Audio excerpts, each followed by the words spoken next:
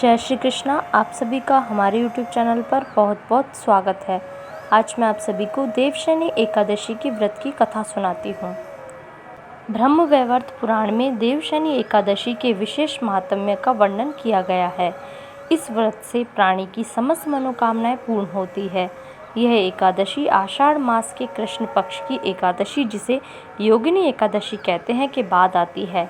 आषाढ़ मास के शुक्ल पक्ष की एकादशी को ही देवशयनी एकादशी कहा जाता है। इसी एकादशी से चातुर्मास का आरंभ माना जाता है। इस अवधि में कोई भी शुभ कार्य जैसे विवाह आदि नहीं किए जाते हैं। मान्यता है कि इस दिन से भगवान श्री हरि विष्णु क्षीर सागर में शयन करते हैं और फिर 4 माह बाद उन्हें उठाया जाता है। उस दिन को देवोत्थान एकादशी कहा जाता है। इस बीच के अंतराल को ही चातुर्मास कहा जाता है। देवशयनी एकादशी को देवशयनी, महा एकादशी, थोली एकादशी, हरि देवशयनी, पद्मनाभा शयनी तथा प्रबोधनी एकादशी भी कहते हैं। अब मैं आप सभी को कथा सुनाती हूँ। धर्मराज युधिष्ठिर ने कहा, हे केशव, आषाढ़ शुक्ल एकादशी का क्या नाम है? इस व्रत के करने की विधि क्या है और किस देवता का पूजन किया जाता है? श्री कृष्ण कहने लगे कि हे युधिष्ठिर, जिस कथा को ब्रह्मा जी ने नारद जी से कहा था वही मैं तुमसे कहता हूँ। एक बार देवऋषि नारद ने ब्रह्मा जी से इस एकादशी के विषय में जानने की उत्सुकता प्रकट की।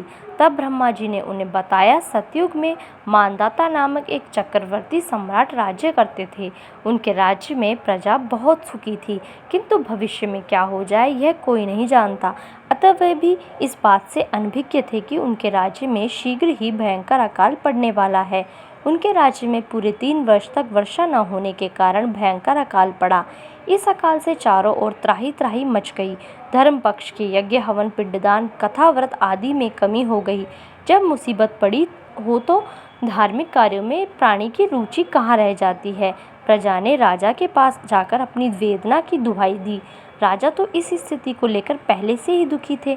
वे सोचने लगे कि आखिर मैंने ऐसा कौन सा पाप कर्म किया है जिसका दंड मुझे इस रूप में मिल रहा है। फिर इस कष्ट से मुक्ति पाने का कोई साधन करने के उद्देश्य से राजा सेना को लेकर जंगल की ओर चल दिए। वहां विचरण करते करते एक दिन वे ब्रह्मा जी के पुत्र अंगिरा ऋषि के आश्रम में पहुंचे और उन्हें साष्टांग प्रणाम किया। ऋषिवर ने आशीष वचन उपरांत कुशल क्षेम पूछा। फिर जंगल में विचरने व अपने आश्रम में आने का प्रयोजन जानना चाहा। तब राजा ने हाथ जोड़कर कहा, महात्मन, सभी प्रकार से धर्म का पालन करता हुआ भी मैं अपने राज्य में दुर्भिक्ष का दृश्य देख रहा हूँ। आखिर किस कारण से ऐसा हो रहा है? कृपया इसका समाधान करें। यह सुनकर महर्षि अंगिरा ने कहा, हे राजन, सब युगों से उत्तम यह सतयुग है। इसमें छोटे से पाप का भी बड़ा भयंकर दंड मिलता है। इसमें धर्म अपने चारों चरणों में व्याप्त रहता है। ब्राह्मण के अतिरिक्त किसी अन्य जाति को तप करने का अधिकार नहीं है, जबकि आपके राज्य में एक शूद्र तपस्या कर रहा है। यही कारण है कि आपके राज्य में वर्षा नहीं हो रही। जब तक वह काल को प्राप्त नहीं होगा तब तक यह दुर्भिक्ष शांत नहीं होगा। दुर्भिक्ष की शांति उसे मारने से ही संभव है। किंतु राजा का हृदय एक निरपराध शूद्र तपस्वी का शमन करने को तैयार नहीं हुआ। उन्होंने कहा, हे देव, मैं उस निरपराध को मार दूं, यह बात मेरे मन स्वीकार नहीं कर रहा। कृपया करके आप कोई उपाय बताइए। महर्षि अंगिरा ने बताया, आषाढ़ माह के शुक्ल पक्ष की एकादशी का व्रत करें। इस व्रत के प्रभाव से अवश्य ही वर्षा होगी। राजा अपने राज्य की राजधानी लौट आए और चारों वर्णों सहित पद्मा एकादशी का विधि पूर्वक व्रत किया।